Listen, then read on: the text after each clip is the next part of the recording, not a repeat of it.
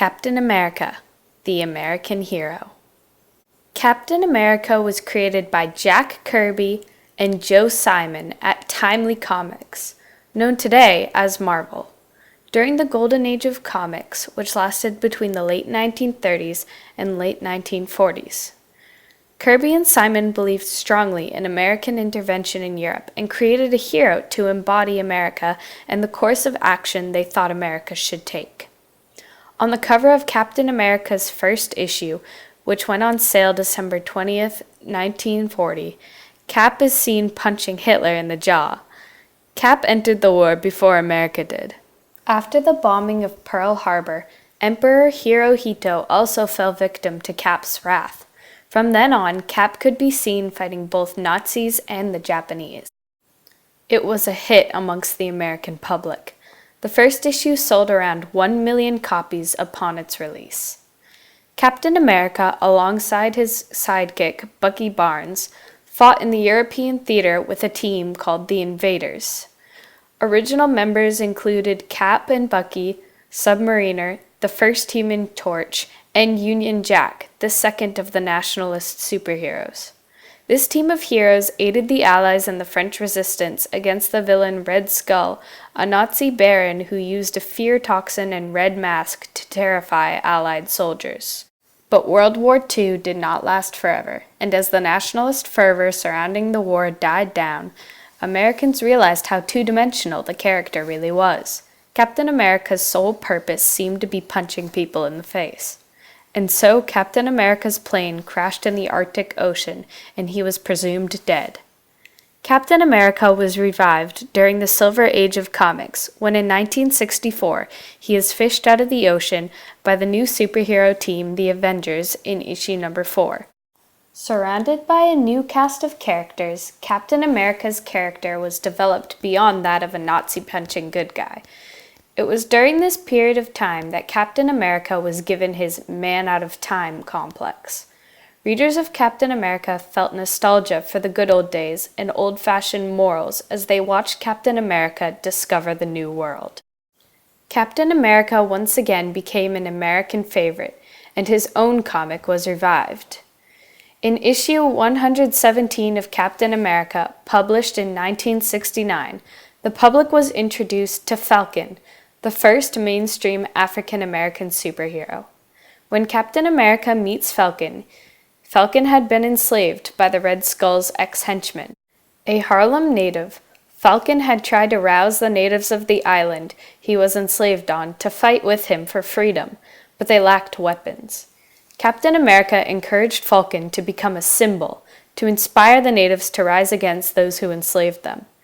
In the wake of the civil rights movement, most media was hesitant to say anything racially charged, but Captain America and his good old boy image allowed him to embrace and endorse the changing times. Silver Age Cap became defined by his simple goodness, and his endorsement of Falcon helped the character thrive. Bronze Age Captain America took a similar stand in 1982 within the Arnold Roth storyline. In this comic, Captain America has reconnected with Arnold Roth, his old neighbor in World War II-era Brooklyn, who stood up to Captain America's childhood bullies. Arnold comes to Captain America after his boyfriend Michael has been kidnapped, and Cap helps Arnold to rescue him. Captain America's friendship with Arnold was used to expose and explore the harm gay men faced due to intolerance. As in one of the issues, the Red Skull preys on Arnold's self-doubt and identity issues. Arnold became a recurring character and close friend of Captain America during this age, until his death from bone cancer.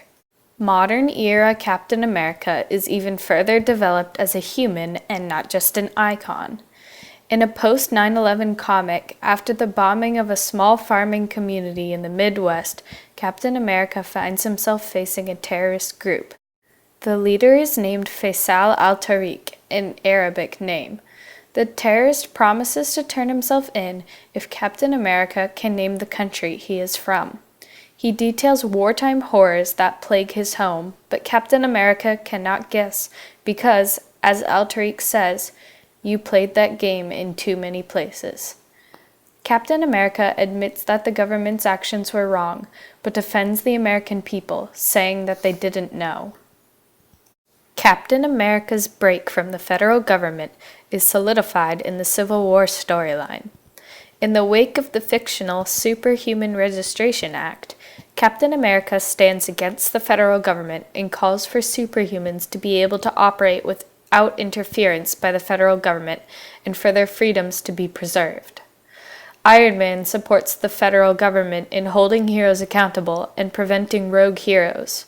Security over privacy. The storyline echoes the debate surrounding the non-fictional Patriot Act. Modern Cap puts himself on the side he thinks is right, not the side of the government.